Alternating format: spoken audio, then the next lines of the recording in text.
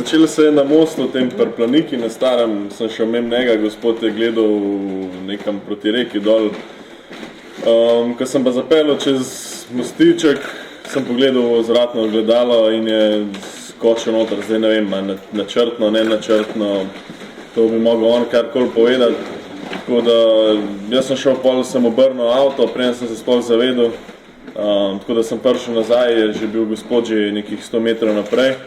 Tako da sem za njim laufal, ker sem pa cirka pol leta v Kranju, nisem poznal ta področje, sem laufal in sem pol videl, da so tam neka teniška igrišča, slišal glasove in sem predvideval, da je tudi kdo tam, ne. Tako da na srečo sta bila pol Peter pa Tomaž tam. Šli smo vsi trije hitro tja, jaz stopam dol do brega in res vidim nekih 10 metrov višji, 4 metre stran od brega, nekega gospoda, ki mi sam še tako glava ven visela, ne.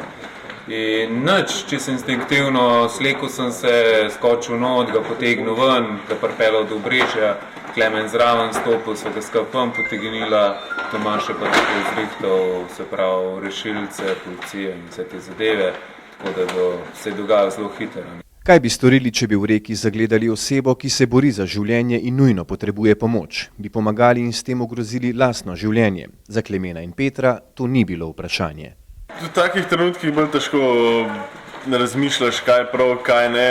Včasih se to lahko razplete bolj negativno, na srečo se je vse dobro izteklo, tako da ne razmišljaš, a bi skočil ali ne bi šel ali bi ga pustil tam.